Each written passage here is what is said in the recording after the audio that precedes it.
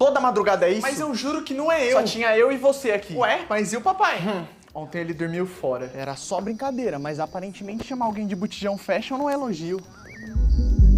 Essa festa deve estar do balacobaco. Ei, Rex, posso dormir na casinha com você? Ai, tá bom, eu durmo no chão. Eu já falei e repito, não sou eu que coloco música na madrugada. Independente, bro. Eu quero silêncio e tô indo dormir. Tudo eu nessa casa, é sempre eu, é sempre o Lois. É sempre o Lois que fez isso, é o Lois que fez aquilo.